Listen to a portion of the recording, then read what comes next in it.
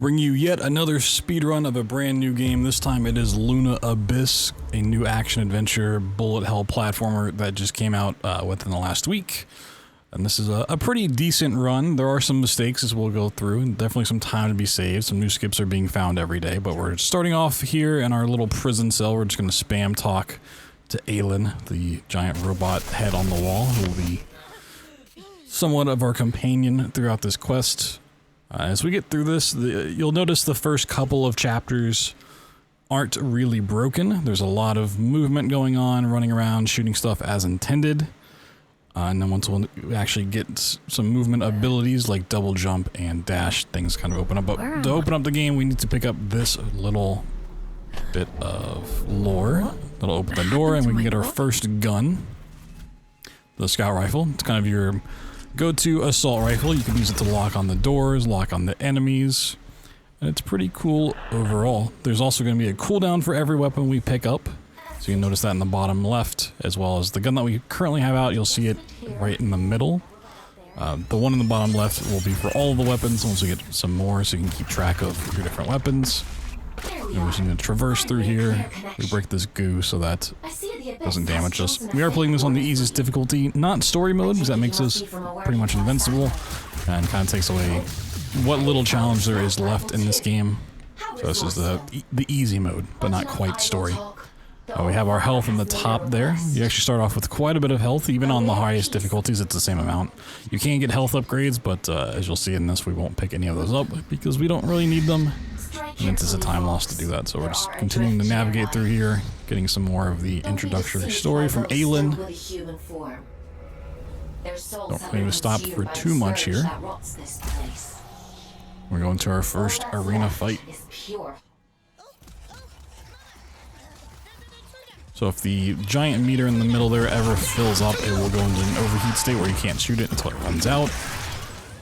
So just making sure I don't actually ever reach the full overheat state.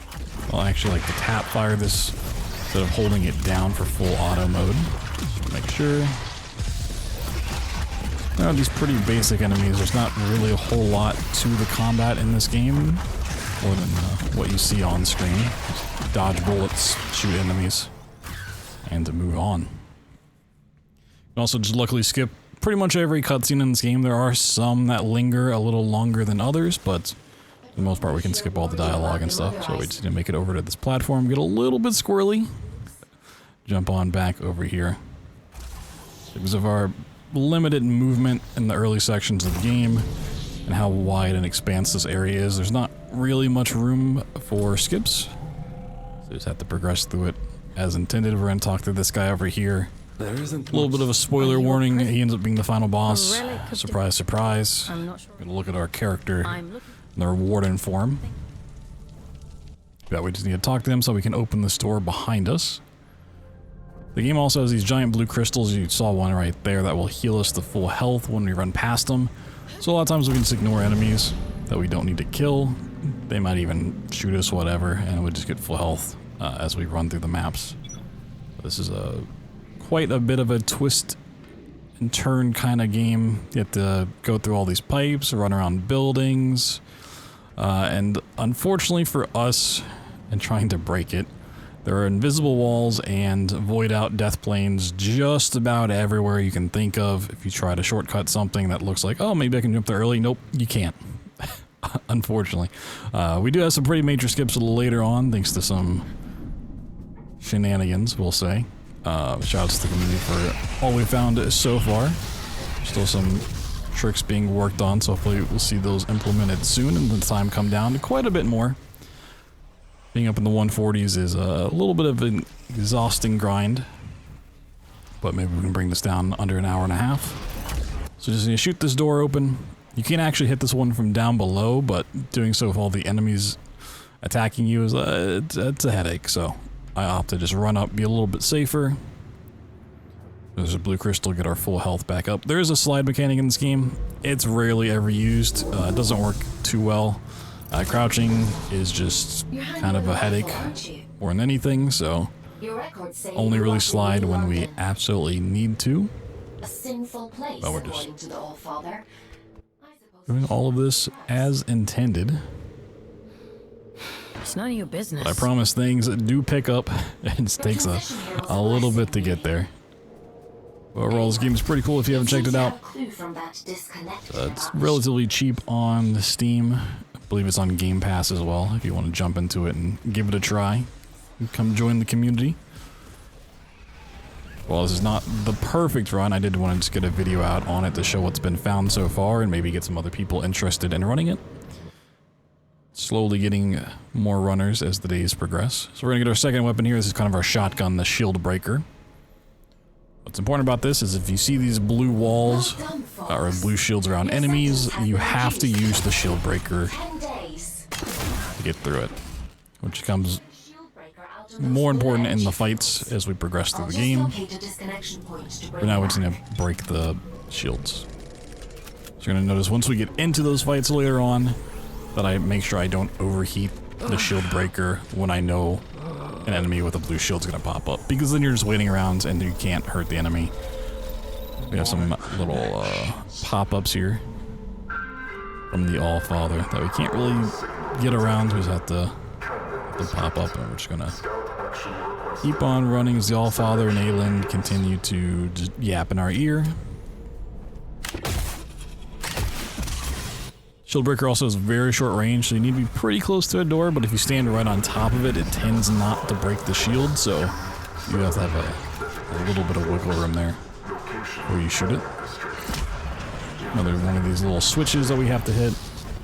Not even caring about the enemies or their bullets at all.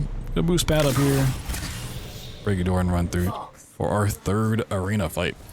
This one is our first with enemies with shields. Gonna take them out.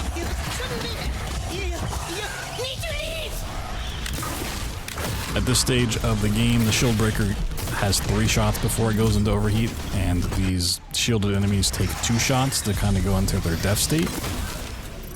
It's pretty nice. You can just 2-tap them and then finish them off with the assault rifle. That's what we're doing right there. And once we clear out all these basic enemies, we get kind of our first... it's a mini-boss that becomes just a regular enemy later on. The Celebrant of Manny. So I'm just continuing to use the assault rifle and then switching to the shield breaker shotgun. Pump off 2 shots and just not overheat it. And we just do this and we don't care about our health. You can see it gets down to the red. It will auto-regen basically up to where it is now if it gets any lower. So it's not terribly scary for it to be quite this low. Put those enemies out of the way, we can continue on, boost up here.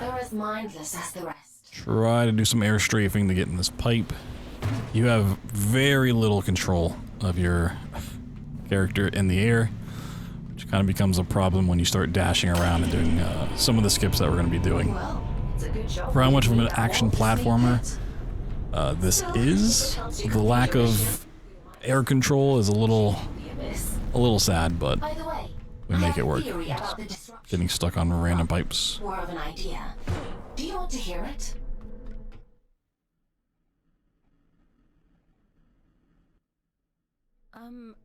It sounds like some kind of signal. A malfunctioning warden emitting a distress beacon. We're quickly approaching the end of our kind of first chapter. It could be something else. The first chapter is really one of the slower ones, just because we do have the lack of movement options we'll get later on. In unexplored territory now, Fox. I'm just going to run down here and some things are going to get a little bit wacky. Section area we come back to in just a minute, so potentially there could be a skip here at some point, but none found so far. So there's actually a shielded door behind here you need to hit. Like I said, you don't want to be too close, so that enemy's position makes it a little bit uncomfortable. So because we're on easy, it's not the scariest thing in the world. Just fall in this pipe and run through. And we quickly approaching one of the other big character players in this game, Urian. But yeah, this pipe does not like to let you crouch through it for whatever reason. I don't know if it's because I'm playing at a higher frame rate or not, but yeah, that pipe is quite tricky to fit through. And you'll notice the FPS counter in the top left. I left that included just for the sake of things. It does matter for some skips later on, but overall we don't really need super high frame rate. I can't hear Get a little lost looking for this door. We gotta run up to the giant flailing eyeball in the sky. Looks like I'm on my own. This is also where we'll be coming back for the very end of the game. But we'll see that in about an hour and a half from now. So here's Urian. He's a giant cat with a scythe for a head. He's pretty cool. But we ultimately don't care what he has to say, so we're just going to skip through all of this. I'm not actually trying to choose either dialogue option. I'm just mashing interact and spacebar. And whatever gets chosen gets chosen. The snake swallows its own tail. Unfortunately, we can't skip this messages from the abyss. We do have to just kind of sit through this one. Let's bring us halfway through chapter 1. So we just kind of left Soros Canyon, going into Warden's Regret, I believe, are the area names. Not that it's super important, but we're going to get another upgrade here. This one is the drift kill. So it's kind of the glory kill mechanic from Doom. Enemy gets low health, you can, in my case, press R, and that will give you some health back. The important thing to note is it does make you stop shooting, so you have to kind of, you know, if you want to go fast, keep that in mind. So here we're going to pick up this thing that lets you control the Watchers. You can possess them here. And then you can get a jump out of them, so we just possess. Whoop. It's kind of our tutorial level for possessing things, so we can just jump around here, possess another one, reposition it. Going into the view of the little things you're possessing can be a little disorientating when trying to go fast, but we just gotta hit this switch, possess one, another one drops down from hitting that switch so we can get up the room. Just continue on. A few more, just a quick little slide through here. I think that button's gonna bring this Watcher over so we can get across the room. We need to find a hidden switch behind here. Brings another one up so we can get over towards the end of the room. We're just gonna try to tank some damage. Break these little pods with the shield breaker. This room has a few switches that we need to hit along the way. It's gonna move the platform for us there. Gonna dodge the lasers even though we really don't need to worry about the damage.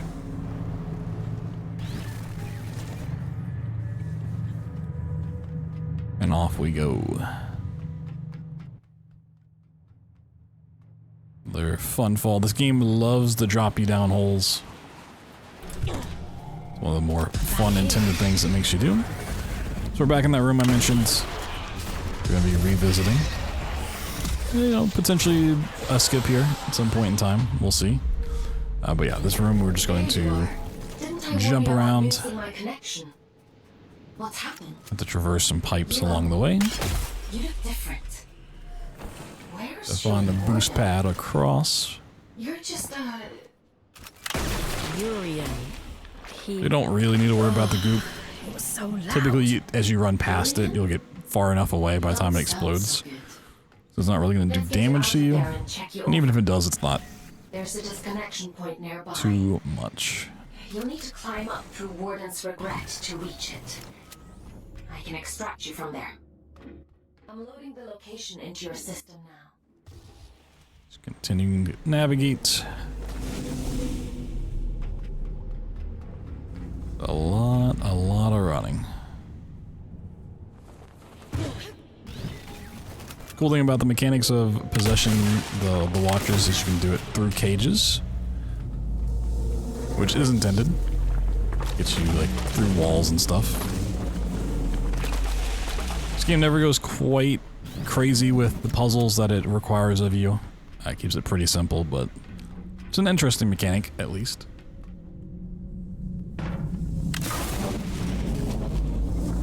I got some rotating lasers, just not caring about those at all. Just run an analysis on your status.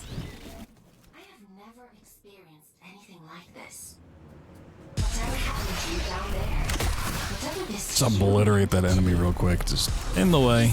He's gotta die. Detach your consciousness from your warden form.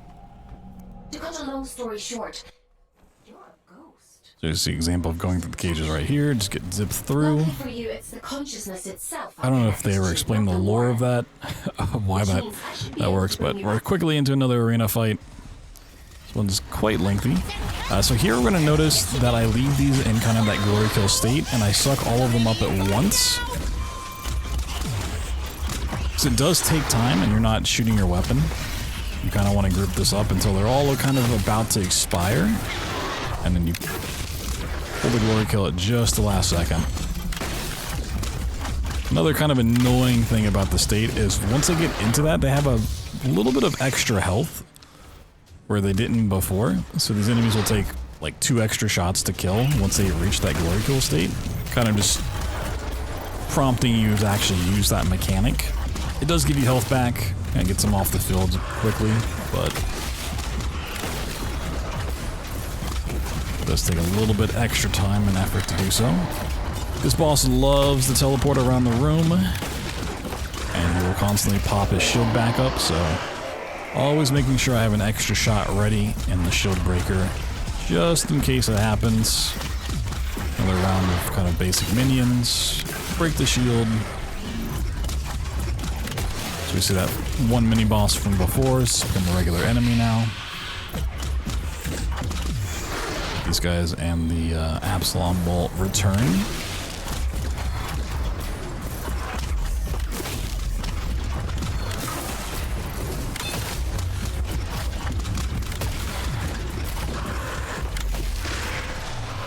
Once he's down, we can go through the door. There's not a whole lot of those arena fights that we actually have to do in the run. So we really just see them in the first chapter and a half. And then we see them reappear at the very end of the game due to the nature that it's kind of hard to break. Here's Ellie. Here's an NPC that we'll see a couple times. She becomes a train later on. She's an elevator now. It's kind of interesting, but we just have to talk to her, so the elevator raises up and get off.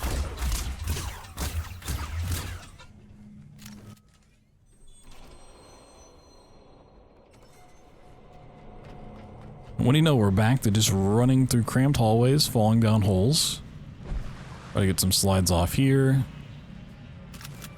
If you fail a slide and you go to crouch, you also can't be holding forward. The game was very particular about how you crouch through holes. You have to stop in place and then crouch and then move. But yeah, we're gonna fall down here. Very big slide. Just a big drop down the shaft.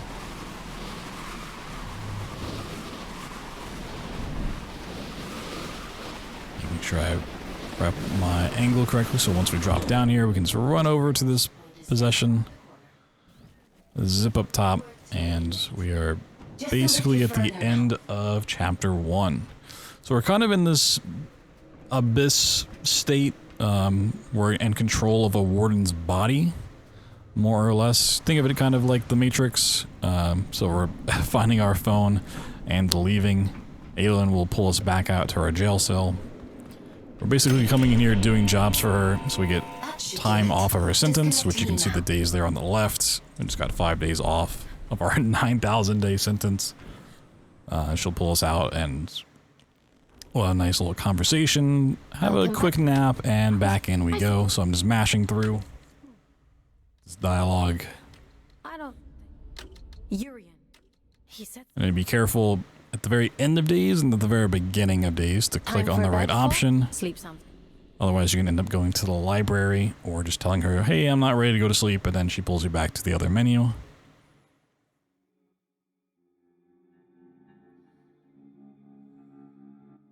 So now I'll be going into chapter 2 where the game really starts to open up, both just casually and for the speedrun, and we get access to the King's Reach hub, some more movement options, and some fun skips along the way as well. Here we get a quick glimpse at Aelin's very long neck, very snake-like. You never really see that again, but hey, there it is.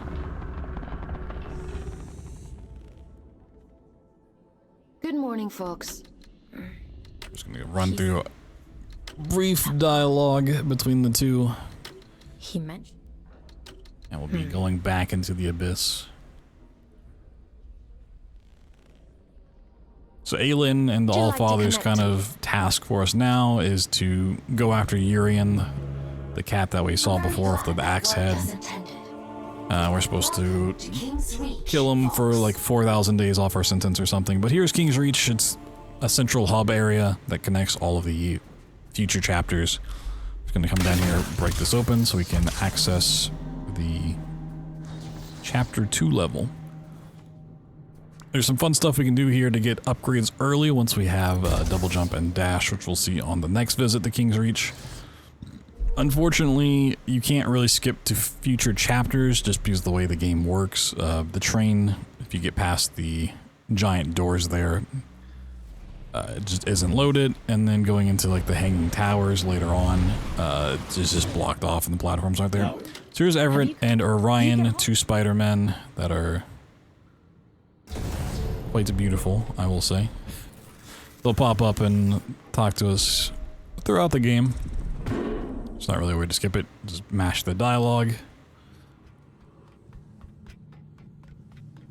And we have another fun trip through some pipes. Everett and Orion? They seem nice. Have you had them long? They're not pets, Fox. How many scouts are there anyway? Do a slide Aside from mechanic 3 of here, us, I drop mean. down through some lasers. The lasers also do very little damage. It's not terribly bad if they hit us, but more often than not, if you just drop down, they don't even come close to hitting you anyways. Another fun drop through a pipe. Whee! One thing to note, we don't take any fall damage, so these big drops are not scary whatsoever. We don't have to worry about that. But here is everyone's favorite mechanic in the video game, double jump. Yippee! And we can use this to, you know, jump twice. It's crazy. I'm delighted with your progress. Very innovative. This gift is going to make your journey all the more satisfying. Much like the upgrades before, we get a quick little just tutorial section of how to use it. So there's some bigger gaps we need to cross. Savor it. You jump Aelin warned me once, about you you. jump twice. Dear Aelin, Pretty forgive her, won't you? She's not Pretty easy to quite figure who out. she used to be. But she'll soon come around. and we got a big fun slide here Waiting for you. that we can actually keep some momentum by jumping off of it right near the bottom. Unfortunately, once you hit the floor again, all the momentum goes out the window, so you can't like chain bunny hops or anything like that. But we gotta jump here, go flying, try to jump, and just nothing, no speed. A little unfortunate, but we're just gonna run past these enemies. Unless we get locked into one of those arena fights with the Mother's Eye things, we typically don't need to kill enemies to progress at all. So let's use that slide to get a big jump down here. Try to get these out of the way just so we don't have to go around them at all.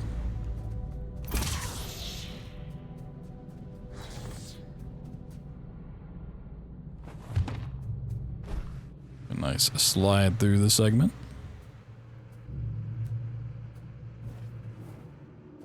And all we're really doing is trying to traverse towards the Weeping Meadow section, which is one of my favorite sections visually. This part right here, every time I run through it, and watching it back now, it just reminds me of the Krot City from Eliza P.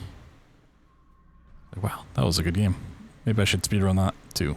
But for now, we're doing a Luna Abyss, dropping down another funnel, running past some stuff. Here's kind of a train station filled with enemies. Slide under this guy. We're gonna bypass this. So there's actually a way to get out of bounds in this segment, but as is the case for a lot of these areas, because it's just kind of a giant mega structure, even if you got out of bounds, it's not really any faster because you just need to traverse long distances anyways. And getting out of bounds doesn't really help you skip anything, so we just have to run through it as intended. We get a quick glimpse of an upcoming mechanic. This is our shield wall.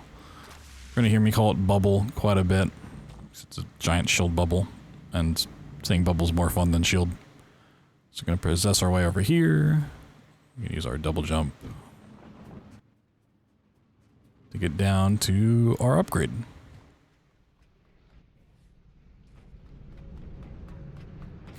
But once we pick it up, you're going to notice its icon in the bottom left, right in the middle of all the guns.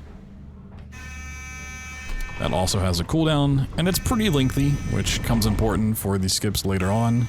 How a shield becomes important for skips, you might ask. Well, you're just gonna have to wait to see. Giant bullet wall. Gonna pop our shield there. Yeah, it blocks enemy attacks. Pretty easy to figure out. We don't take too much damage, so in terms of combat, for us, it's not an overly exciting ability, but it has some other cool properties which we will definitely make use of. And with this load screen, we are actually going into the Weeping Meadows segment. Which is really the first time we leave this giant gray megastructure and get a little bit more color in our life. Very aesthetically pleasing. The Weeping Meadows. It never fails to impress me with its beauty. Well, So the Weeping Meadows is home to our first 2 skips, actually. Community is actually working on a way to make it just one giant skip instead, but right now it's a little volatile, so it's not quite in the run, but maybe in the next time I post a video, that'll change. Anyways, we're just going to run past a couple of enemies here, so it doesn't lock us into this, so we're just going to the shield breaker to one-tap these guys, just because they're in the way. And we need to hit these 2 switches to open the door. And once we're past this, we can do our first real trick. So if you're in a corner that's less than 90 degrees and you have high enough frame rate, you can kind of just get stuck in the corner. So by spamming jump and like forward into the corner, you can climb here. Fun, fun. So just gonna use our double jump to get a little bit higher. And now we need to double jump over here and then pop the shield, which is going to allow us to do an actual 3rd jump to get up into this other corner. Unfortunately, I didn't get stuck there. And now we see the true pain of running this game is if you fail something that requires the use of the shield bubble, it has a pretty lengthy cooldown and there's not a way to speed it up. So we're just waiting for that icon in the bottom left to show us that it's recharged before we can try this again. We go boop, boop, jump up. Didn't quite get stuck at that time either. Real unfortunate. I think watching this back, I just didn't quite get high enough up. I thought while I was doing this, maybe it wasn't the frame rate, but the frames actually look pretty good there. I'm just trying to see if I can get up to that spot without the bubble. It turns out, no, you can't. So jump back over here and we're gonna wait just a little bit longer for it to get back. There we go. Jump. Double jump, bubble jump into the corner. We get stuck this time. Hooray. You climb up. Not quite. There we go. So now we are officially out of bounds. We are outside the playing area of the game. And we can jump up further on some more collision. Out of bounds in this game is a little bit deceptive. Not all of this collision matches up with the textures you see. Sometimes certain rocks that you walk into just don't have collision at all. You can just walk through it. Other times it's just kind of desynced. But yeah, we can jump back here inbounds. And this just skips at least one arena fight and a whole bunch of traversing the map. Overall, kind of a small skip in the grand scheme of things, but yeah, that way out of bounds may lead into our next skip here in just a little bit. At some point in time, we can kind of iron out the kinks in the skip.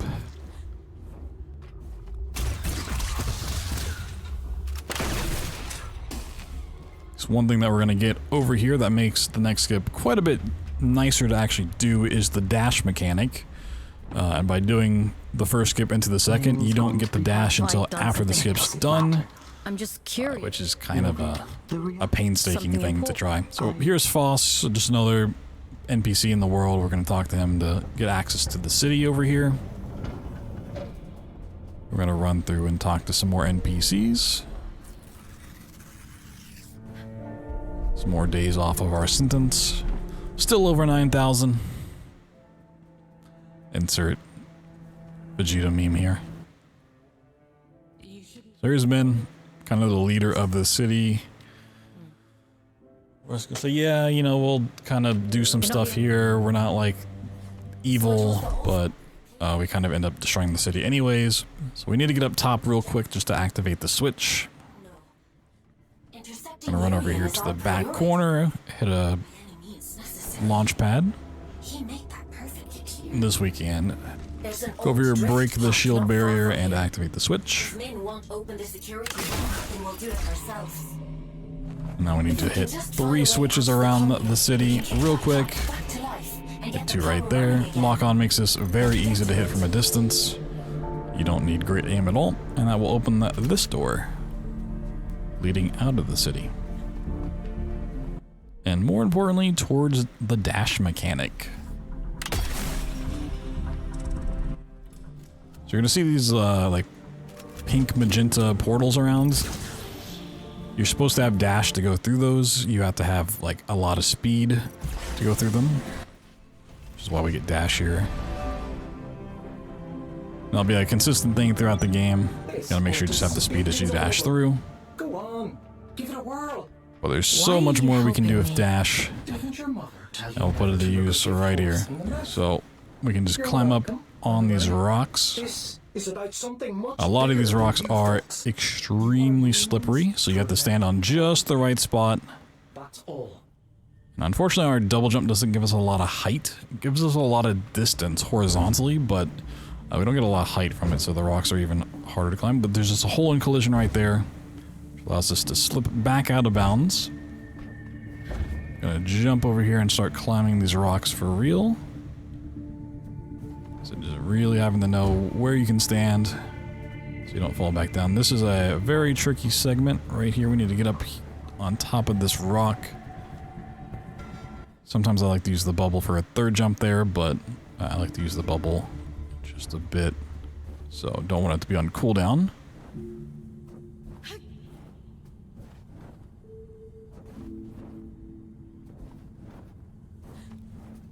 Do some more fun jumps.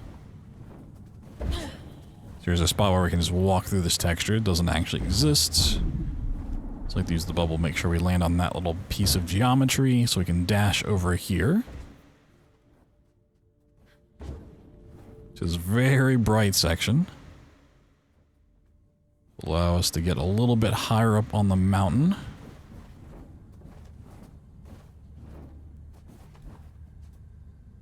Up top here, I'm gonna do a big jump, dash, a delayed double jump, so we get on top of this rock. And the bubble just came off cooldown, so we're gonna use it to jump up here, get a triple jump. And now we're going to jump way over here into this corner.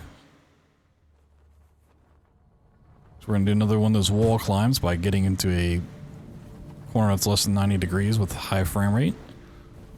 And just hold forward right and spam jump. The angle you look at does matter. Can help you get stuck a little bit more.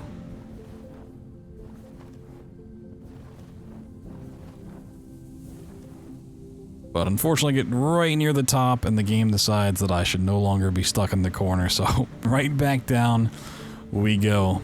This is actually a pretty big skip overall. You skip at least one like mini boss fight arena, a whole lot of running around, and another upgrade that lets you possess mechs. So we possessed like the washers before. As we go through this, there are different versions of like robotic mechs you can possess.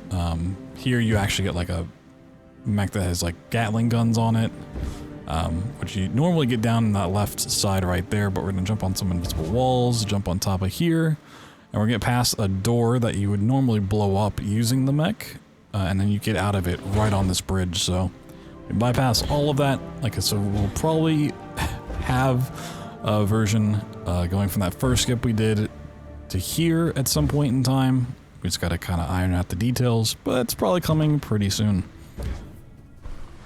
So now we have dash, and there's not really any cooldown for dash. but you get it once per touching the floor.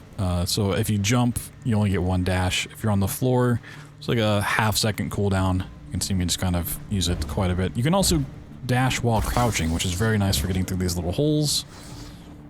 We're gonna come over here and talk to another spider, which is Francis. Now we're gonna do some fun platforming across the skies.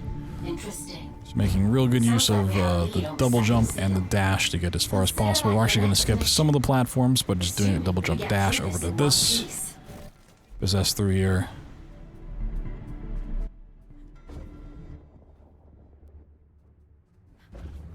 Just run around.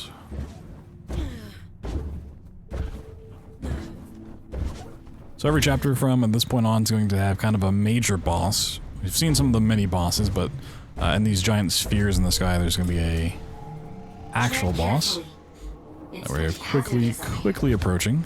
Some garden this is. Firstly, we're going to pick up our third weapon, the most useful, most powerful, which is the Lancer. Big rifle-like weapon. It's purple, so if you see purple shields, break it. Not all of shoot us it. are intelligent. It overheats very, very quickly. Right now it's 2 shots to overheat. So just have to kill some enemies to get through a couple of doors there. Here we can just run past them all.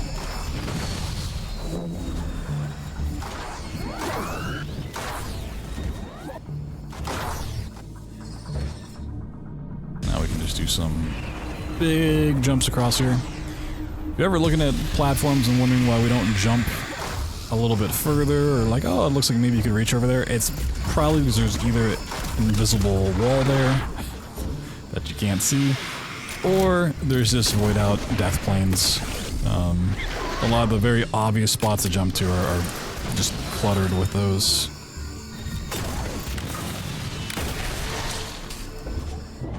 But here's our second mech.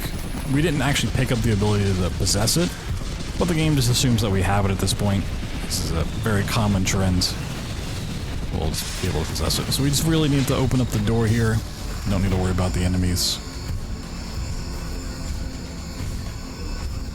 And we'll just depossess it and run up. So we're making our way towards the actual boss arena.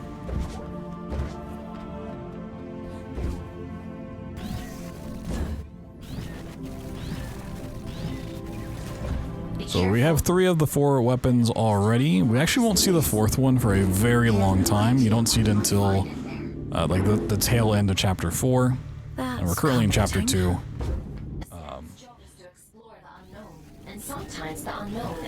So it'll be a while before we see that, but yeah, we're just zipping through here. I love the color. I think I don't know that. We get to see that interesting blue-green. Those voices of the boss that we're gonna go kill. Possess a couple things to get up here towards the actual arena. Hitting switches to open doors. Pretty easy stuff. And here we go. So we're just going to use the Lancer rifle and the Shieldbreaker shotgun as much as possible. Just constantly rotating to those when they're off cooldown and using the assault rifle to kind of fill in the remaining time. Keeping an eye on those in the bottom left. So every boss that we encounter from this point on at 75% HP, 50% HP, and 25% HP will have a kind of break where they are invincible and you have to do something else to kind of get them down lower. And this one we have to hit switches. The first time around it's pretty free. There's just 3 switches around the arena that you have to hit. Here at 50% HP we need to destroy some enemies. Some basic little guys. It's also a chance to get health back if you need it. And once those are out of the way, we actually need to use the shield breaker to break open these panels so we can hit the switches behind there. And once that's done, we just go back to getting the boss's health down very, very quickly. That boss bar in the bottom of the screen there. This is the Tortured Adrift. Very curious about the name. Very quick damage. So here's the last little interruption. So we have these purple enemies that we need to shoot. Just use twice, get their health, and that will open that up. And there's going to be 2 more that spawn around. It's a very consistent spawn, so it'll always be in the same place here. So I navigate to make sure I can see this guy.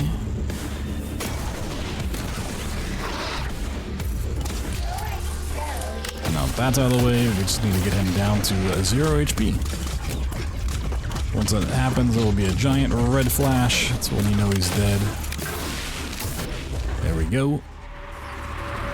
So shortly after the bosses die at the end of the chapters, there's going to be like a red orb that spawns, which is kind of a chance to talk to them about who they were before, and get some extra lore. And they always spawn the orbs in the same place, which is just on the other side of the arena from where you enter, so I'm just waiting here. As soon as it pops in, we can just click on it.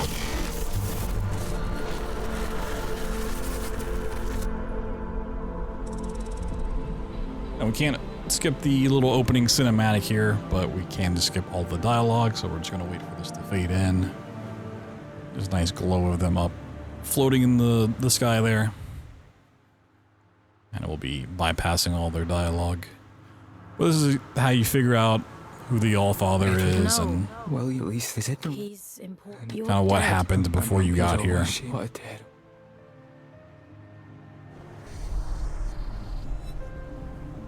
Who you take? He's gone. Gone? I think there might be. Well, if... Yes. All right. I'm There's also a to help you flashback in find there him. that we skipped over, just a quick little video file.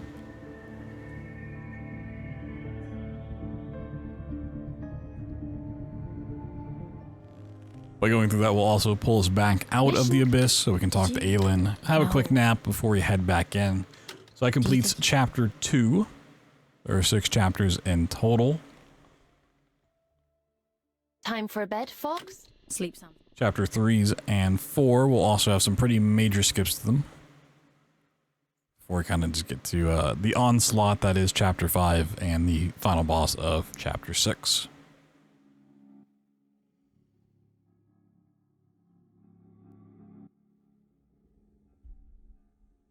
Only 8,900 days left on our prison sentence. We'll be out in no time. And we can speedrun to our heart's content. By any of you? Another quick chat with Aelin here, and we'll be going into King's Reach, which, because we now have double jump and dash, we can do some fun stuff and get some stuff early. Unfortunately, in this run, King's Reach did not want to play nicely with me. Turns out going too fast here causes some weird soft lock with the quest progression, so we need to run up to this door and put in our sign that we got from that last boss in there. Sigils were connected. And then Interesting. we need to come up here and talk to Atticus, the guy we met before in chapter 1. But if you talk to him too fast, the quest never updates properly, and a door that's supposed to open doesn't. So here I'm just waiting. Waiting for this new orders to come through. I see the bar pop up above him.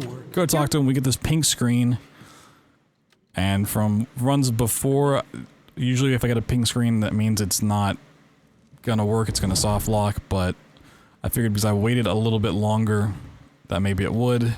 But I just decided, you know what? I don't want to run up and check. That's a lot of time lost. So I just reload the level. Go back over here and do this again.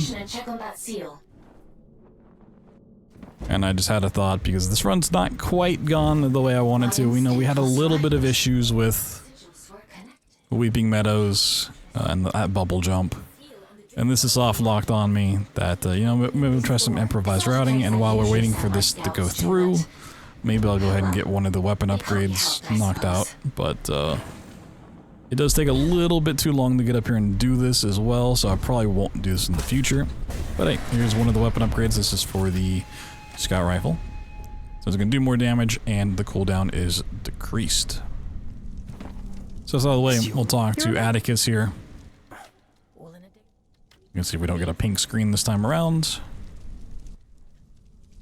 We get a quest marker over here telling us to go through this portal.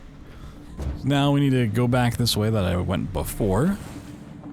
And we need to hit a switch to continue and go on to the area of Chapter 3, which is the mines. However, what is loaded into this area are the other weapon upgrades. So there's a weapon upgrade for the shield breaker and for the Lancer rifle as well. And we can actually go ahead and get them. And it is very nice to do, so we're going to try to make our way over there. We don't have the mechanics that are supposed to allow you to get there, but we're going to try to get up on this light. It is quite tricky. And like I said before, if you don't get a bubble jump, you kind of just have to wait for it. So we get up on this tree's collision. And we're just going to wait for that to go down.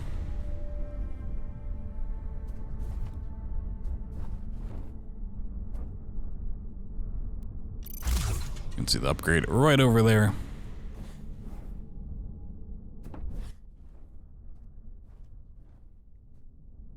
Here we go again. Jump, double jump, dash.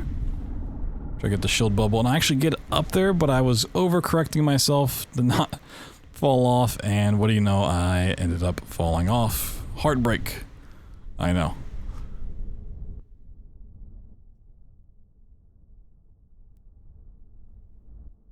Just gotta wait just a little bit longer to try this.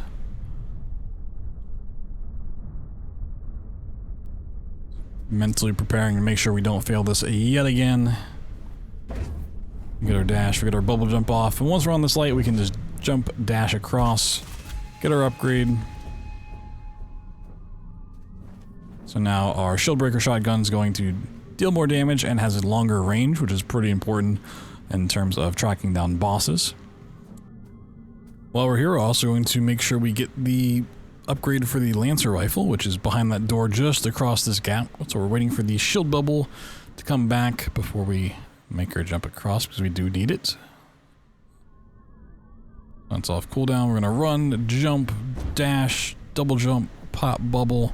Popped a little late, but we can still get up to this corner.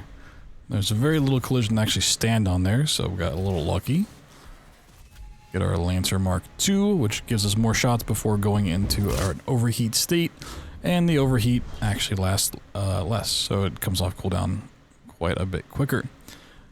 Shotgun upgrade you're supposed to get after this next chapter that we're going to go do, and that Lancer rifle upgrade we get after chapter 4, so getting those early is really nice considering they're kind of the two weapons that we are relying on the most. We'll make quick work of the enemies and the bosses that we encounter, but we have some pretty big skips for most of the stuff in here, so it's not terribly important. We could get by without them, but they are just nice to get while we're there. And here we're gonna run through, gotta get towards the mines, but we have to do a lot of platforming. This is a section where having the lack of air control really starts to hurt. So if we drop down, we void out and have to do it again. We're just gonna run past these platforms as they despawn. Actually got a good cycle so we can make that happen. Run past enemies as they set off fireworks around us. These are different abilities to bypass all of the stuff, not caring about the lasers.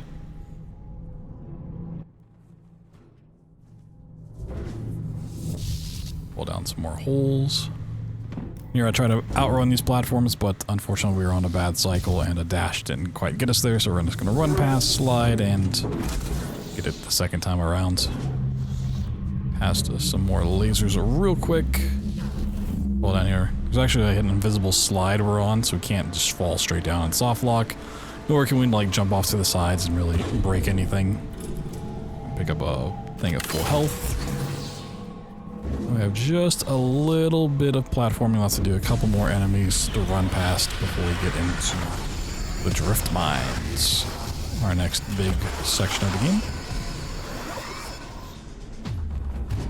More disappearing platforms that we can just bypass by using our various mechanics. Gonna pass all of this and set in possession a little bit early.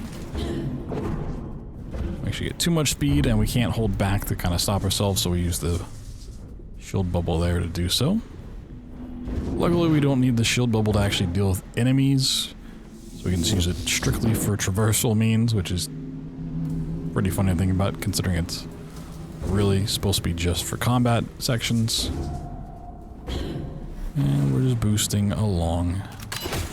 So as you notice, we have a lot of ways to go horizontally pretty far, pretty fast, but it's the verticality that really we struggle with. So we could find some sort of modern Doom launch up into the sky that would really help break things open, especially as we get into the later chapter sections of the game. And maybe some early stuff as well, but we're just going to fall past all these lasers, not even trying to dodge them, but somehow we still do. Maybe they're just afraid of us. And with a couple more possessions, we will be entering the Drift Mines, which is a giant sprawling area. We're supposed to take these little rail cars all around the map, so things are quite spread out, which made it pretty hard to break, but luckily we have a couple ways to bypass just a little bit early on in the level. Over the centuries, only these statues remain. Really, 2 upgrades that we're supposed to get here in the Drift Mines, and we actually bypass both, but the game will eventually just assume that we have them, give them to us. So we're going to run over here, get full health back, and a checkpoint, just in case things go wrong. It's not the hardest skip in the world, but you don't want to go further back in the level, so jumping up these rocks, being careful not to slide off. By getting up here, we have just enough room to do a double jump, bubble jump, and slip through here by crouching. Get us on top of the map real quick. By navigating here, we can bypass a couple laser segments and the first upgrade for kind of our way around the map, which is the blue platforms. Even when we have the ability, it's not really something you want to stop and use because it's kind of slow. So you can kind of see the blue platforms there.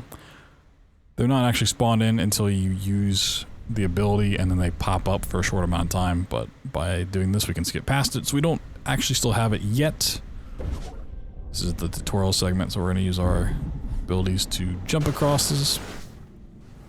And while we probably can make this without the bubble jump right at the end, just being safe. We don't really want to go back and have to do multiple of these jumps. We're just going to spend a little bit of extra time here waiting, enjoying the scenery. Making sure we don't take damage from the laser. We're going to jump all the way over here, pop the bubble. Make sure we have enough speed by dashing through that gate. There's an unintended hole right there, but it allows us to get up top and just enough distance to bypass that blue platform segment. You can use the possession and a dash to skip that segment, and then we have really just one last one to deal with. But luckily with our movement, we can get over here to another possession and enter our next skip. So jumping off this platform,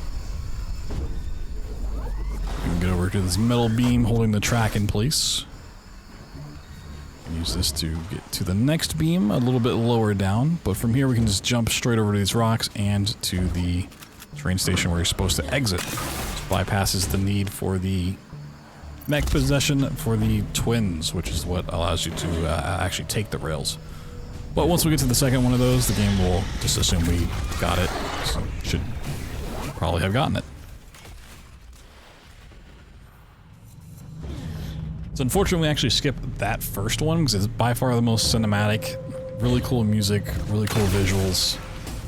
But here's what it looks like. This is the second time around. Like I said, the game just assumes that we have the upgrade, so we're gonna take it for a spin. Can't just sit back and relax. We do have to do these little jumps to make sure that we don't die. We just have to jump, change rails. Kind of standard video game stuff.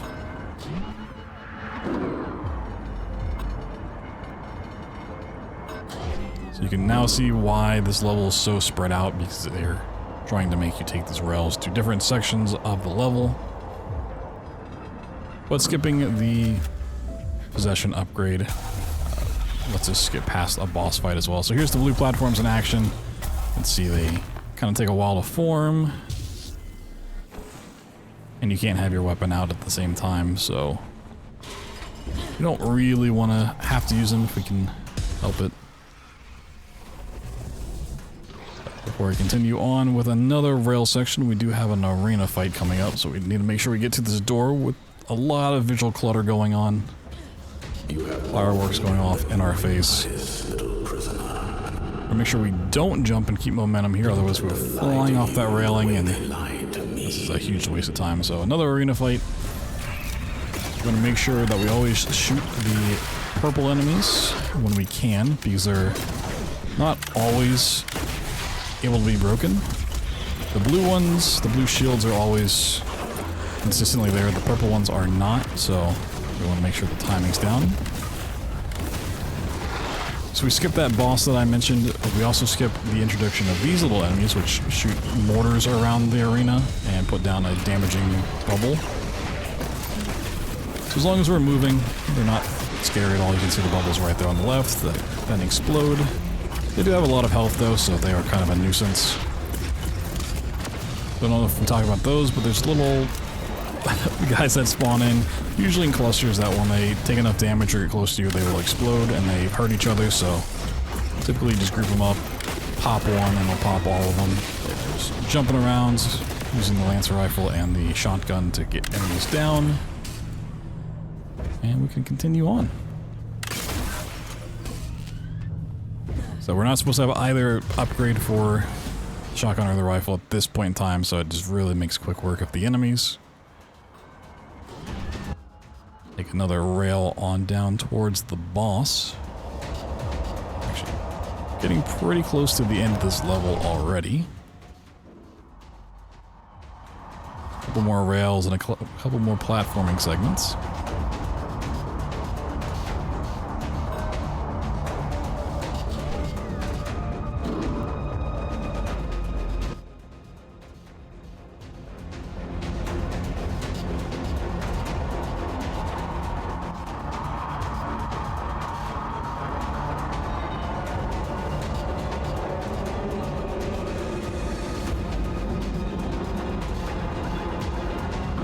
Right here we have one of the cooler doors. It actually takes 6 things to open. It reminds me a lot of the opening to Metroid Prime. Gives you the tutorial on how to do lock-on stuff. Let me rest. Here we have just a big space that we need to traverse using blue platforms. So we're a little slow, so we try to just jump across. Unfortunately, we had a slope surface that we couldn't stand on, and I was too late in popping the shield bubble, so a little bit of a time loss. But here's a little unique thing that I noticed while recording this post-commentary.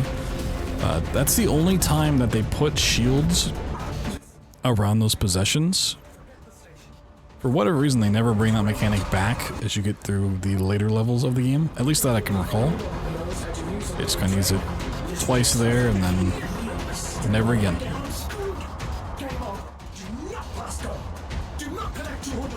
He? What are you talking about? Urian's gonna start freaking out about some stuff, saying Atticus is coming to kill him, and that we're his agent, which we kind of are, but that's not stuff we need to worry about in the run. So back in the orb, you're gonna notice I'm just doing my that job. the layout is exactly like the other one. We just have kind of a color swap. Got nice green blue into a red. Once you collect this scene, the station door should open up back in King's Reach. And now a nice blue. It's a nice solid blue.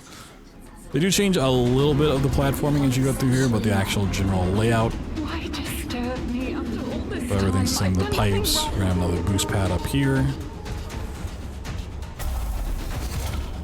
Just playing this safe. Going up, you don't have a lot of wiggle room for jumping over stuff, so shifting. It has been for decades. play it safe, go through. We're coming up on my least favorite boss, both casually and from a speedrun perspective. Still don't really find the mechanics that engaging. We just need to get him down to 75% HP, and then we'll get a cutscene that puts us back where we started.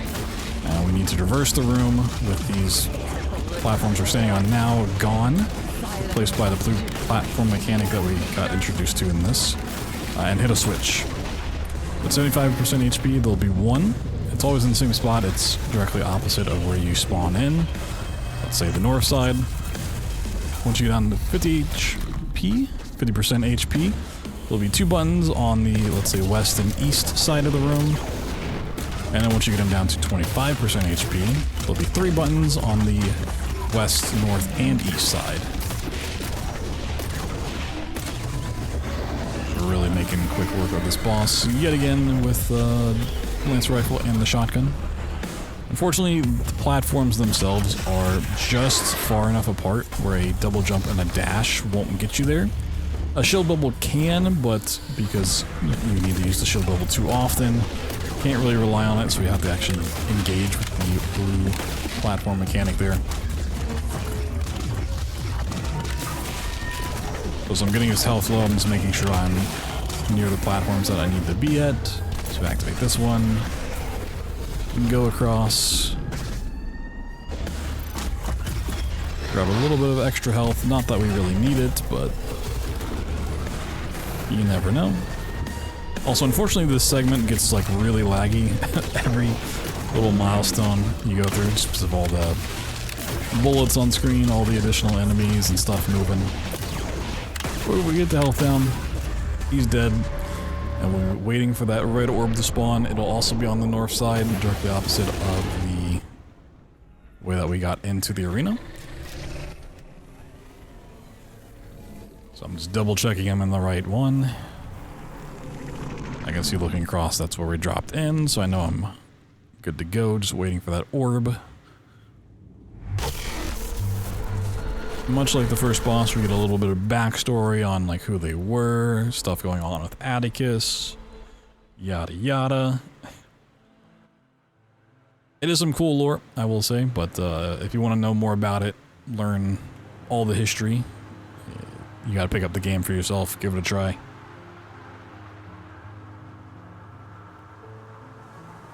Yeah, I can't really speed this up too much, we're just gonna mash through the dialogue like before. Let's get past the flashback. Some more dialogue, and then Aelin will be pulling us out of the abyss back to our prison cell where we can have a nice little slumber, a little chit chat, discuss some more lore, and get our new orders for going back in.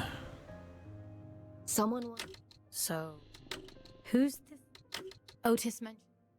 Making sure not to spam too fast, though we don't accidentally click on the wrong things here. Time for a bed, Fox? Sleep sounds good.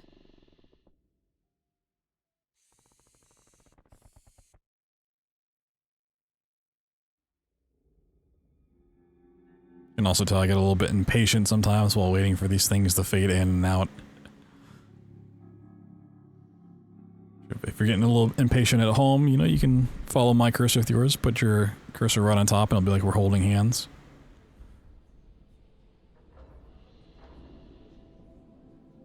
But I accidentally do spam a little too fast here. Click on the library, which is a little place to get some lore.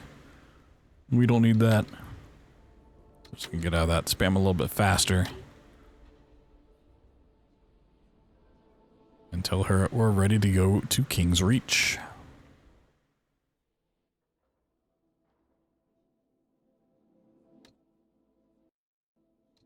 Unfortunately, what can happen when you're doing all that mashing is the game will get like alt-tab somehow and you just click off of the screen. So I just had to make sure I was alt-tabbed back in there. Very fun stuff. So here's Ellie again. She was the elevator before, now she's a train. Don't know how she got here, but she did. A little bit of a promotion.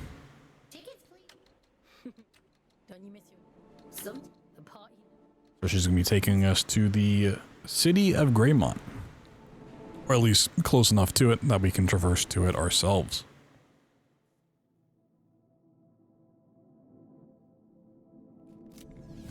City of Greymont, one of the cooler areas of the game, visually and mechanically.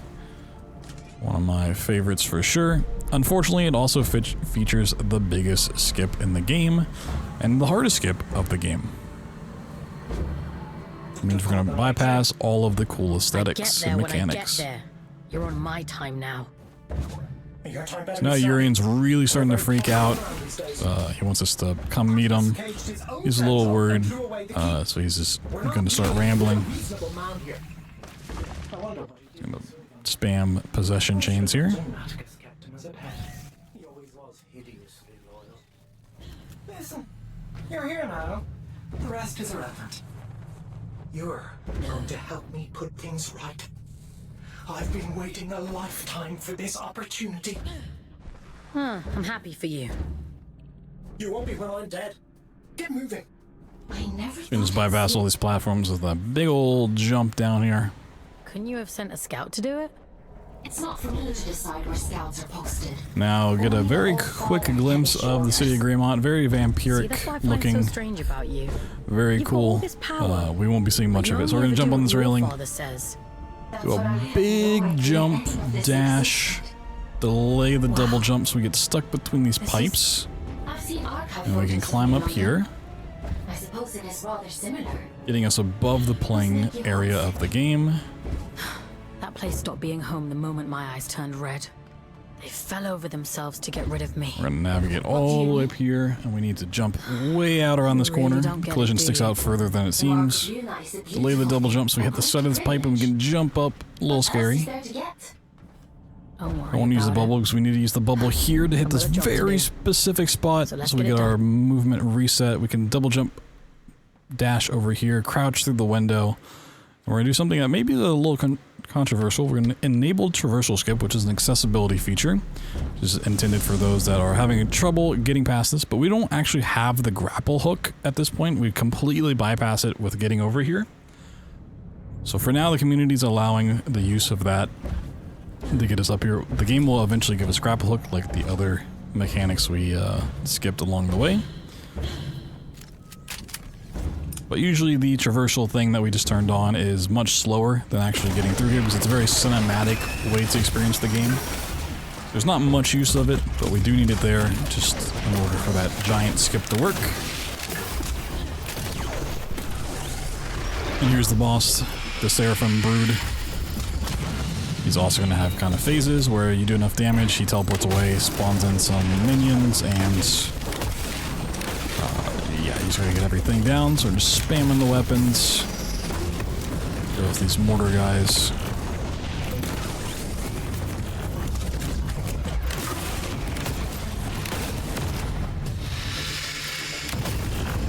Trying to group these up as much as possible just to take them out in one blast.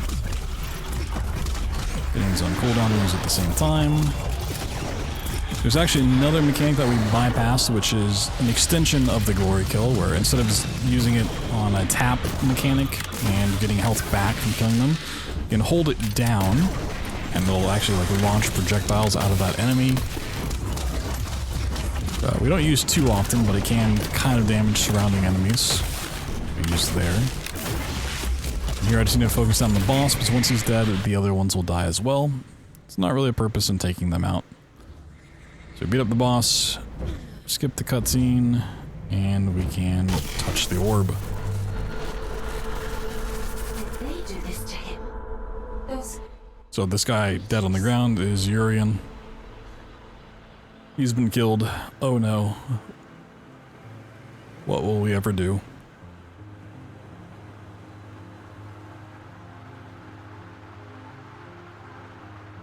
So Urian actually has a lot of dialogue here that we need to bypass. He loves to talk and not really say a whole lot, so we're just going to be spamming through here. Get to the point. He gave. He gave her. Don't miss a man. Did they lie to him? Oh no, she hated. Let's leave one to end. Perhaps. Why did you? This you can. The tail end of chapter 4 here is where things really start unraveling. We get a look at who all the big players are in the story and Mission a completed. little bit more insight into the Scout 5, actual lore going on here. 7.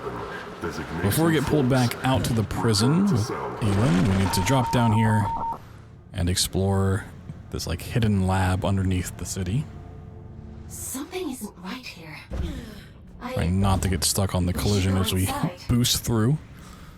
And dropping down quite a bit and drop down here and hit a slide. Whee!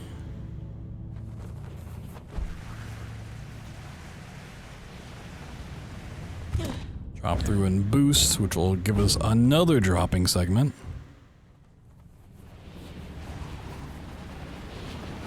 Somehow I found the one spot you can stand and not drop. But yeah, now we're going into kind of the hidden lab where it turns out Aelin was manufactured. No, that's not possible. So just gotta run through here. There's not much to interact with or really see, so we're just gonna jump over everything.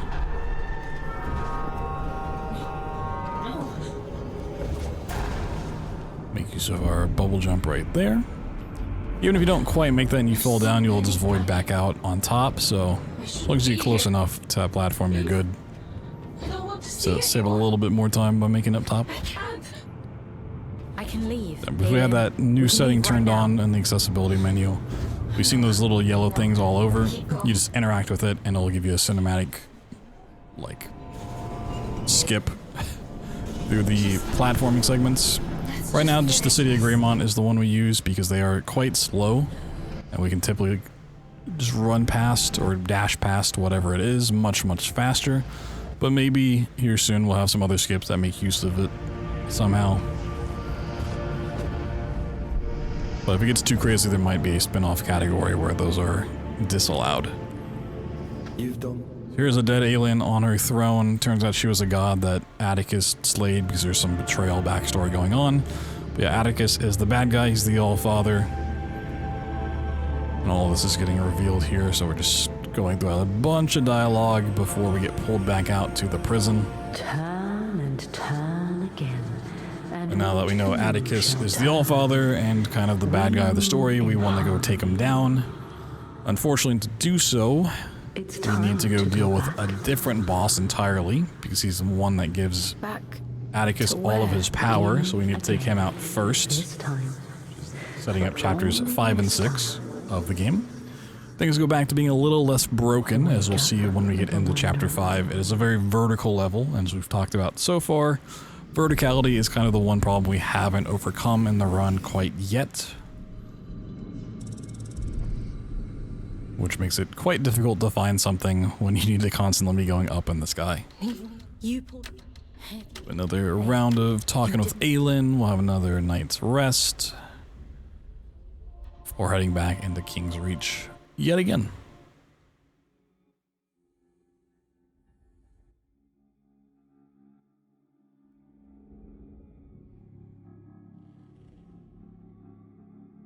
Only another 8,500 days. Think of all the speedruns we could do in 8,500 days. I was cruel. You. Do I have a... And if I do, if it me? Would you like to connect? I'm Get the ready. dialogue out of the way and back in the King's Reach we go. So now we have access to the grapple mechanic. Unfortunately, got way too much momentum from that dash and went flying. So we can use that to pull ourselves to those little points. You'll have to find a way. Activate these two switches, which is going to open up the way to the Hanging Towers. So those switches are always there. You can actually get over to that early by doing the skip over to the Lancer Rifle upgrade we did earlier, but these hanging platforms right here do not exist, and the tunnel right here is also closed. So even though we can open up the path to the Hanging Towers, we can't actually access the Hanging Towers just yet. Same with getting to the train in the previous chapter. We can get past the gate, but the train itself is not active, so now we're just going to run through here. We're gonna jump on this platform. So this is one of the traversal spots that we might start using the little skip for. I went ahead and tried it out. If you're curious of what it's like, you can see it's pretty slow overall, but because you have to wait on platforms in this segment, it might actually be kind of nice to use. We'll see. Sure to tune in for the next PB. I'll have an update on where we stand with those, I'm sure. It's one of those things that's early enough on in the game that the community's going to have some discussions on it. So things may change. We're just going to be dashing through here. A lot of these possessions and You remember grapples what it was like, being a god? combined with dashes to just get our way over to the Hanging Towers. And towers they are.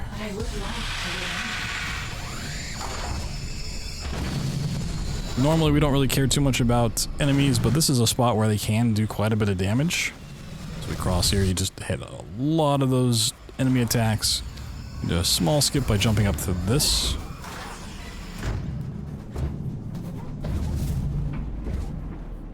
grapple hook spots let you hit them from pretty far away, which is nice. Lets us kind of bypass a lot of the additional platforms in the area. And if we can end up skipping stuff in this level, it's typically due to being able to hit grapple hooks from a little bit further away than maybe we should.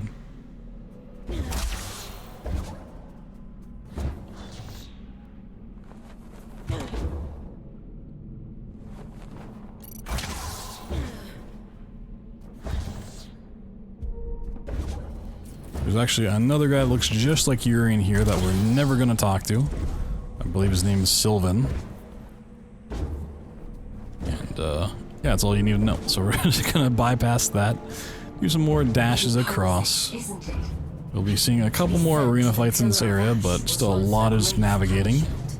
Most of those exiles here simply We'll be disappear. doing a lot of intended stuff, but fast. So we're gonna use this grapple hook to get up to this other grapple hook, cutting out just a little bit Madness. of going through a building. And we're gonna run past all these enemies. They're not important at all.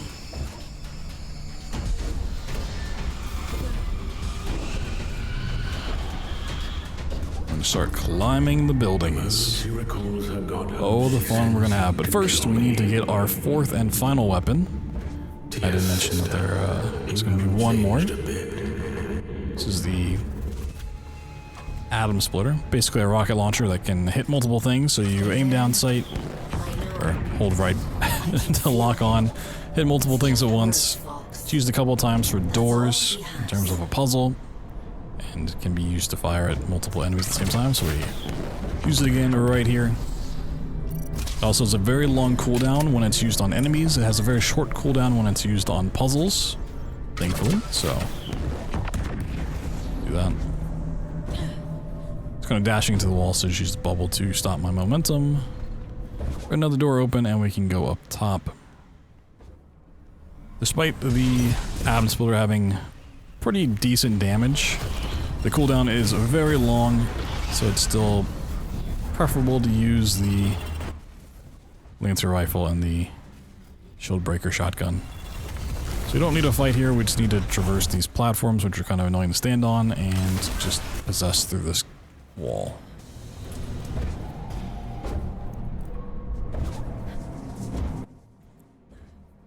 From here we'll be coming up on one of the longer arenas in the game. Chapter 5 has some very long arena fights. We're just gonna rinse and repeat the same mechanics we've been doing the whole way. At this point there's not really a lot of variety left. No new enemies get introduced, no new weapons get introduced. There are a couple times where I will try to group up enemies and use the rocket launcher, Atom Splitter, boop, there we go. Then finish off what's left. And you can see how long of a cooldown it has there on the bottom left. Typically you can use it maybe twice in these arenas if you use one at the beginning and one at the end. Just breaking the appropriate shield, getting the damage in. It's another one where I could start doing some damage, and I probably should have, but I was just waiting for the cooldown on the Atom Splitter. Pop that, finish off what's left. Guy sneaks by with 1 HP. A couple small enemies.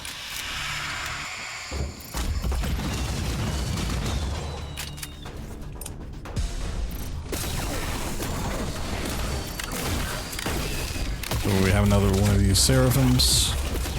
And a few more enemies, but we just need to get down this teleporting guy. Once he's dead, the arena will unlock. Mortar guys don't actually matter there. Going to be quickly on the outside of the building, just to get a little bit higher, and then going back inside. Unfortunately, this is also the part of the game where they really tried to introduce mechanics involving different cycles on platforms. Tried to go a little bit fast there, and it just bit me in the ass, so we try again. Almost got bit in the ass there. That platform not wanting to come out, but yeah, we just need to make it this little broken staircase. And we can grapple up.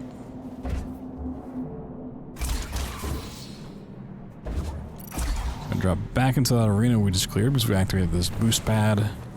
I'm just dashing as soon as we get to the next one so we don't go flying up and waste time.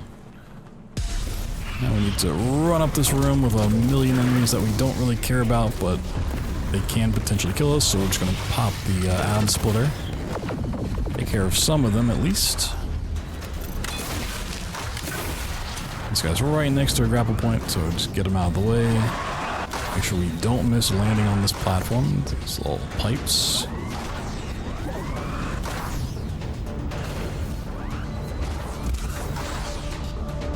I got a little confused coming out of that door. These areas are still a little new to me. I don't make it to the late game that often, so every now and then you'll catch me going right when I should have gone left and vice versa, but I just need to run past you. Unfortunately, take a lot of damage yet again. It's a little scary, but just a few enemies here at a time. Pop the bubble once for safety. Let the auto regen give us a little bit more health. Get some off that enemy. Now we're out of the danger zone. Not so scary anymore.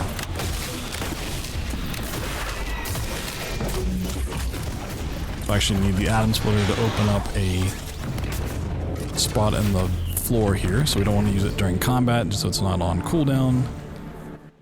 And that pad lets us launch up really high into the building. Looking for the door, there we go. Fortunately, I didn't have a double jump for some reason, so we just had to walk up the stairs.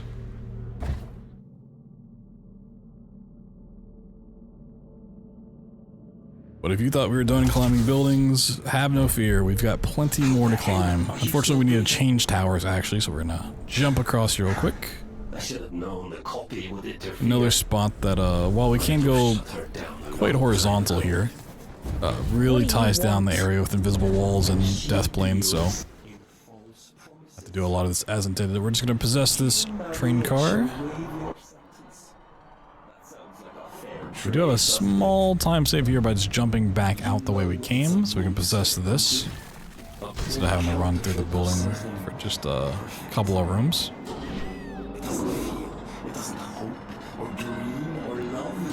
Make sure we swap rails so we don't die. You tried to kill me, and now you're offering me advice? Just commentary. Do as you like, folks. It's not like it'll change the outcome. Well, There's Everett and Orion. We met these way back in chapter 2, but they're back yet again. No need to. They kind of become a pivotal part of this section lore-wise. We just need to run through their dialogue They'd each cut him down to and run through some more buildings. remember that. I didn't actually mean to take this interaction point. I meant to just break the door, but I accidentally hit interact, so we can skip a small bit of platforming by just jumping all the way down here. Jumping across. Using these grapples to get through here.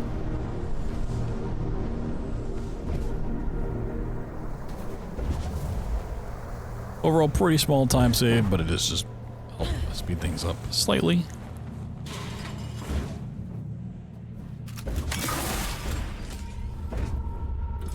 Before we go into another long arena fight.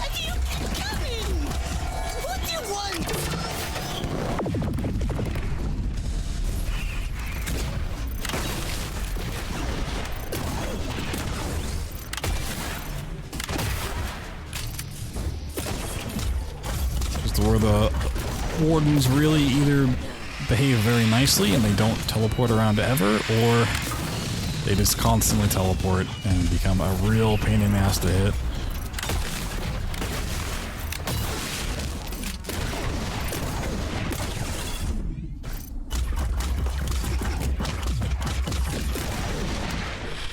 I have a theory that it's potentially distance-based, so the further away you are, the less likely they are to teleport, but that still needs some testing.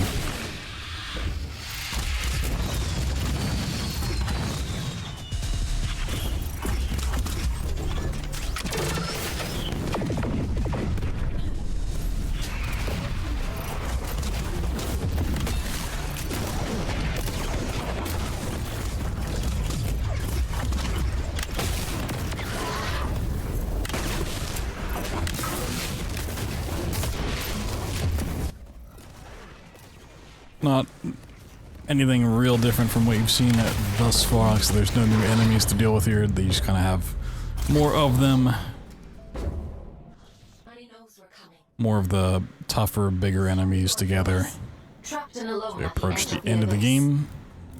And still half forgotten more than she Another tower swap here, so we're just going to be navigating through them.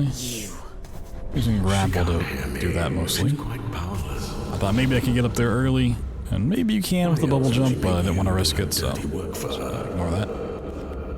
A small shortcut, yet again, using Scrapple Hook from far away. Blue Shield didn't want to break. Sounds desperate, doesn't she? And another big arena fight here.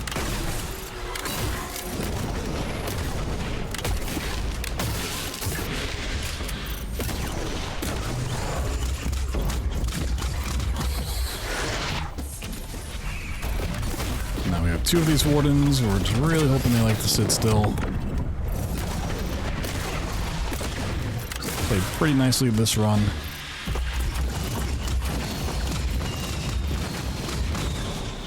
That's kind of a rare occurrence.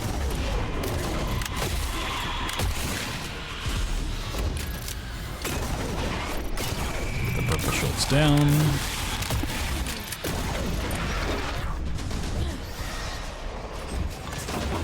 Another spot where I probably could have just killed off one or two, but I figured the Atom Splitter's going to take care of it for the most part.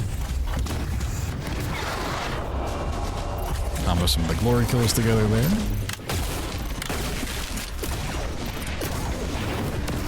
Gonna make use of the damaging version of the glory kill just to help take out a couple more of those enemies.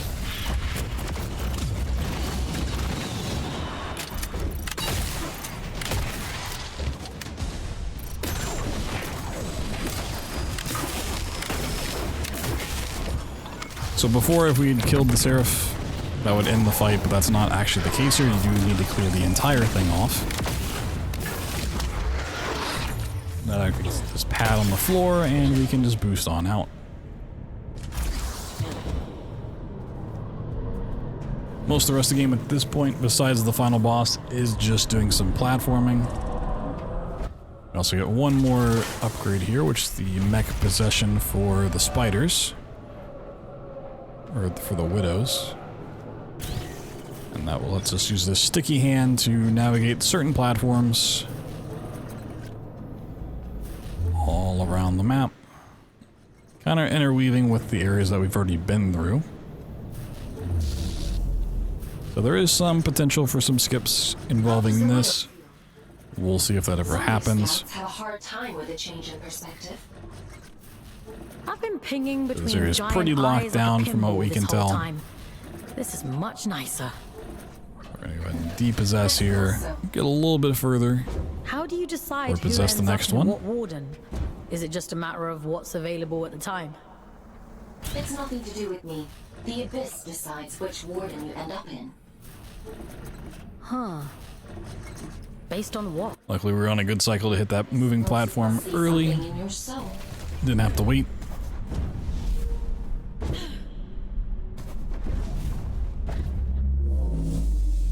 Pop into another one of them. Pop back out of it real quick. Huge jumps across here.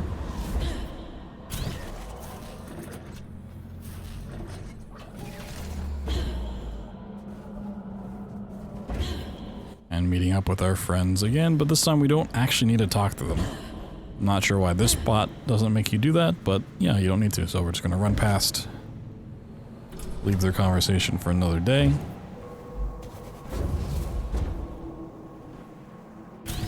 Into another one of these widows and moving on.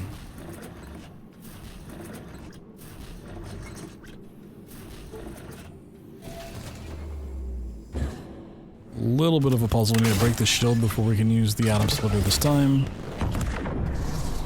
Not a very difficult puzzle, I will say, though.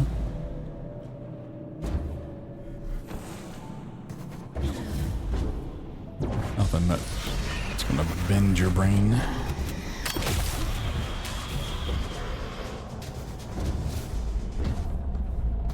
Let's make use of these grappling hook spots to bypass a lot of waiting around for platforms to be on the right cycle there.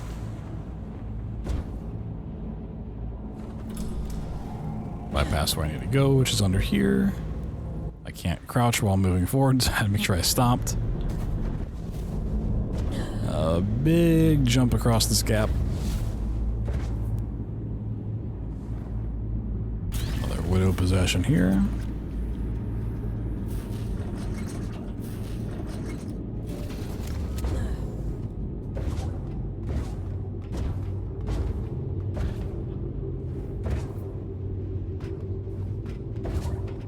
Well, the spot kind of resembles those big boss chambers that we kept running through. We're not quite at the one that we need to be at yet. We will be seeing that at the very end of Chapter 5. But for now, we're just taking a quick detour through here, boosting way up into the sky.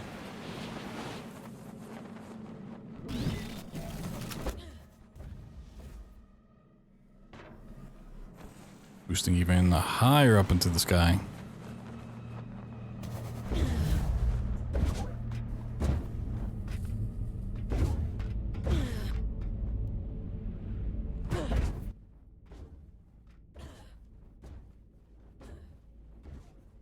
Quick detour through the pipes. We're kind of on to the last giant platforming segment. This is Manny's Folly. Manny is the boss that we're going to go kill. He's giving power to Atticus.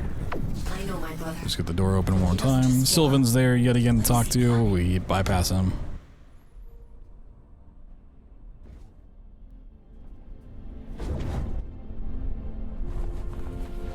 This is another prime spot for some potential skips, but yeah, this area's really locked down. Even more so than most other areas in the game. Which is also unfortunate because it is a spot where you have to wait for a lot of moving platforms to be on the right cycle. I tend to get a little too hasty and end up falling off by going too fast. Just being a little slow here.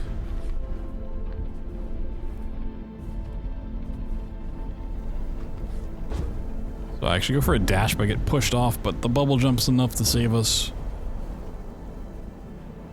Just barely. So we can dash through here. Not really any arena fights to watch out for, but we gotta wait for this platform to come down so we can jump up.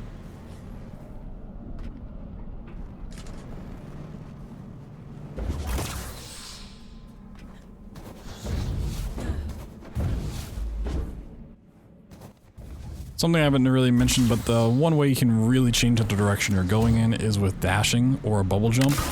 A double jump will just kind of continue your momentum forward. Dashing will let you redirect it, so if you need to do like a U-turn in the air for some reason, you want to do it through a dash or the bubble jump, but obviously that won't go as far.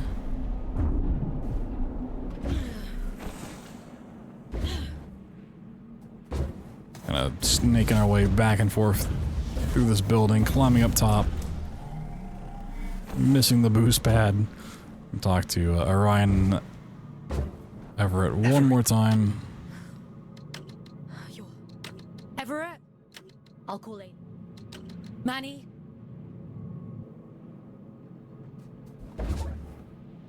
After that, we're pretty much on a direct line to actually going and fighting Manny. We have to take this rail line over there. You have to extract the boys! I know. It's Manny, isn't it? He can't get to you, so he's messing with them instead. Manny's one of my more preferred bosses in this game. We have to keep going. It's a very cool fight casually. Not so threatening in this, obviously, because we're playing on easier difficulty, but can still pose a little bit of a problem if you're not just a little bit careful. Use the Widow to get over here.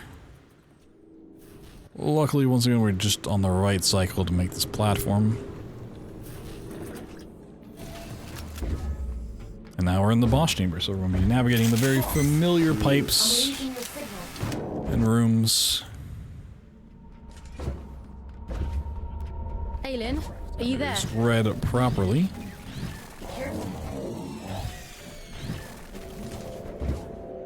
Don't worry, Aelin. I'll take care of it. I'd hoped it wouldn't come to this.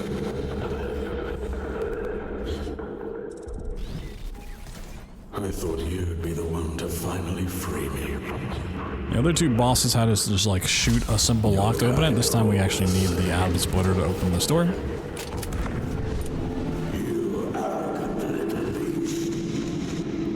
And here we go. We have Manny show up. Big guy in the middle. Very cool design. I make use of the atom splitter every now and then just to get a little bit of extra damage in. Also tried experimenting with using that on the minions between sections here, but doesn't seem to really make a big difference either way. So a lot of lasers and bullets coming our way. Just use the shield bubble there. For the most part, we can just jump over the lasers. You can also use the grappling hooks to bypass everything on the floor. Get them down below 75% HP. Kill off the enemies in traditional fashion. Got a blue shield guy there. Put our atom splitter in. Lands him down. Sometimes you can actually progress them past those milestone benchmarks of 25, 75, 50.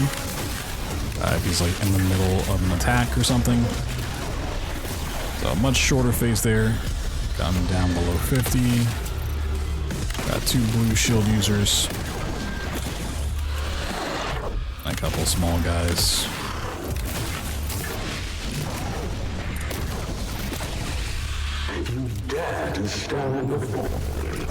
Another round of just the atom splitter.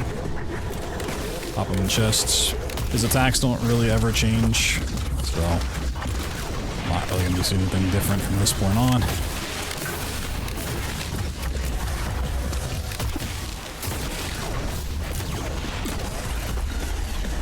Got a little reckless on that phase and took some extra damage. Still have quite a bit. It's not too worrisome, but just going to grab a little bit more.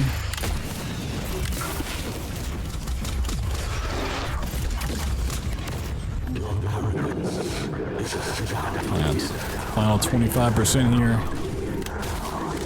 Pretty quick to just nuke down. Pop a shield in his face.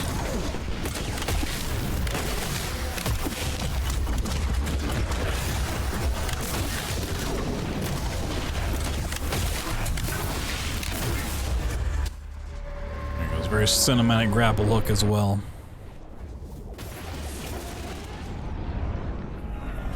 That severs his soul. We'll also have to be grabbing a red orb here.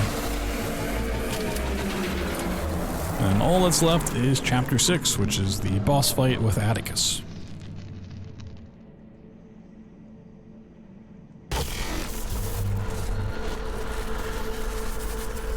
Some more scary imagery. Looks pretty cool. Big 1,000 days comes off of our imprisonment. Still, 7,500 to go. Cool shot of Manny up there. Looking very eldritch. Leave. My sister went. We are. You move and you go on. So I hope. Little lore update. He's the fellow god alongside Aelin, or used to be. There's some betrayal going on. Atticus made use of his power to kill Aelin. But with Manny dead, Atticus' power goes away, and now we can seek revenge on him. Go pull back out. One last slumber. Another round of dialogue with Aelin. Time for bed, Fox? Sleep sounds good. And then we are pretty close to being done.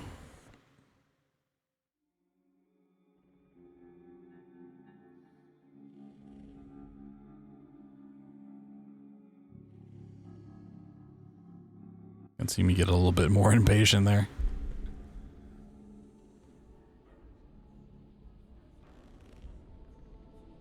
It's not too bad when you have to sit through it once, but when you have to sit through it multiple times in a row, Time to go. grinding out runs, it gets a little bit exhausting. What? What else?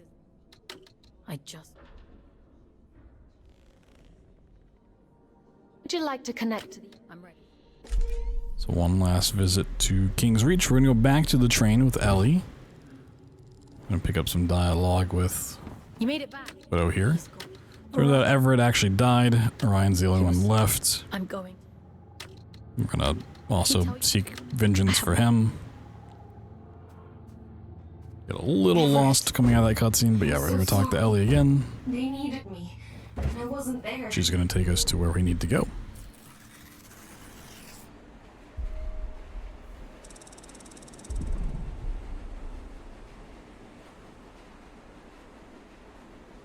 You do tell. I'm not. Really? Ellie? But Quick little dialogue with Ellie. Just catching up on our adventures. There's actually another NPC we were supposed to meet way back in the mines named Otis that has some stuff with Ellie, but we're going to pick up our Atom Splitter Mark II. So it does more damage, and I believe it's a little faster cooldown. At this point we just have the final boss, so it's not terribly useful, but we'll make use of the weapon here and there. So remember all the way back an hour and a half ago at the beginning of the game when we came up here and there's a giant red eyeball. We met Urine for the first time. That's where we are now. You just need to be kind of in this area. If you go fast like we're doing now, it'll just warp you back, so just have some fun, jump out here. Go into the cutscene. And with this open, it's final boss time.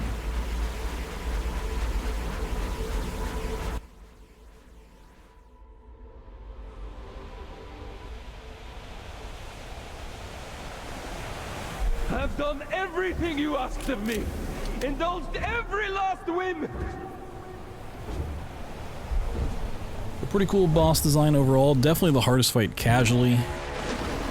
It's like not even close, but yeah, we have these hands of the abyss that pop out. Right now we just have the one to deal with. Simple gameplay loop. Just, rifle and shotgun. Once that one goes down, we have another one pop out real quick. Down. We'll just need to watch out for the blue attacks, because those hit quite a bit all at once. Just going to make use of the Atom Splitter between the waves of the hands. So I'm going to use it here, nuke those guys down. For some reason there's a second wave of just a singular blue shielded enemy, and now we have two hands to deal with.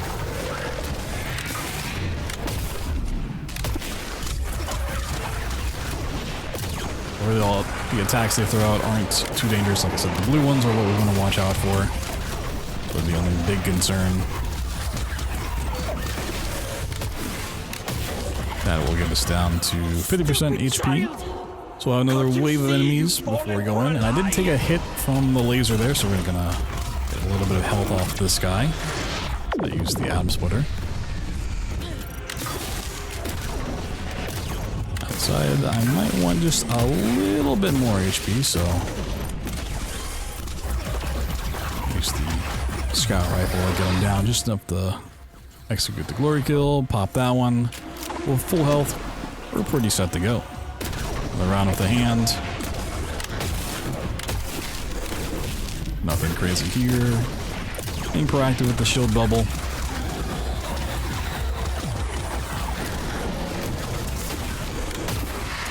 Now we're at 25% HP. One last wave of enemies here. Some big guys. Just the Atom Splitter. They all but die. For some reason there's a flying body up there that just took a while to despawn. Threw me off for a second, but yeah, this guy likes to teleport around. You can see how fast they just go around the map if they choose to. And the last bit with the hands.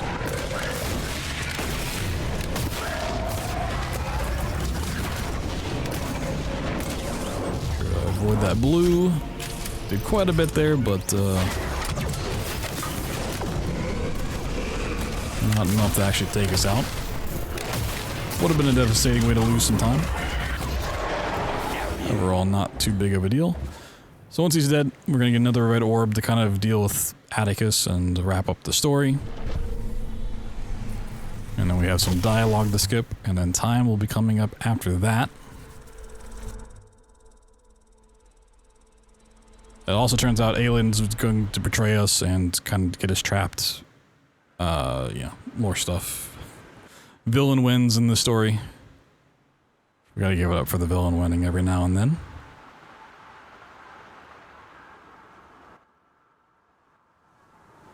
All I ever wanted, my little...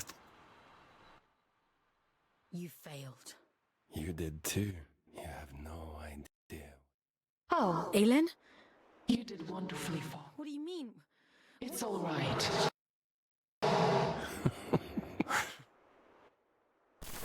All that dialogue out of the way, that's where we are ending the run at 1 hour, 46 minutes, and 6 seconds. I hope you enjoyed.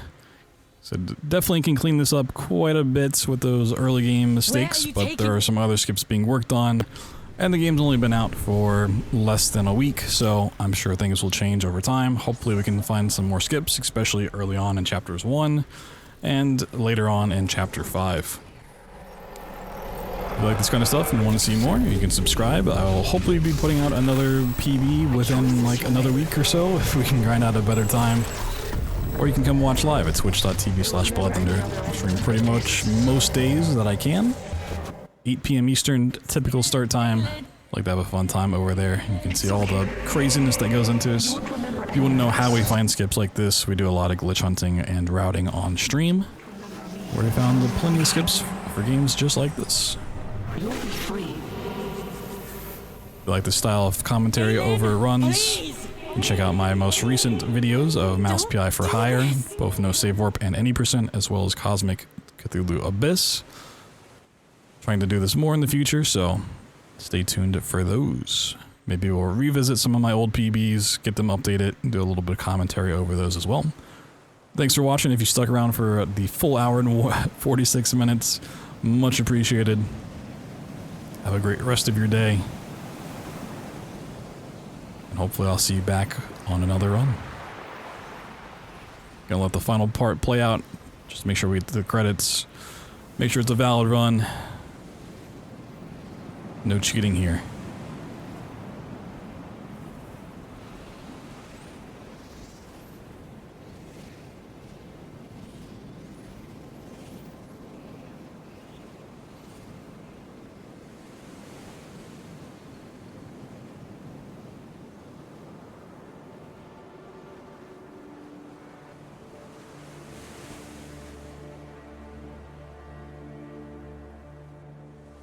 Here I am, Mother.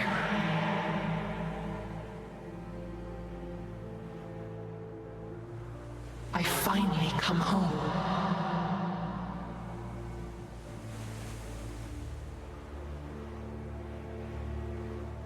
It is complete.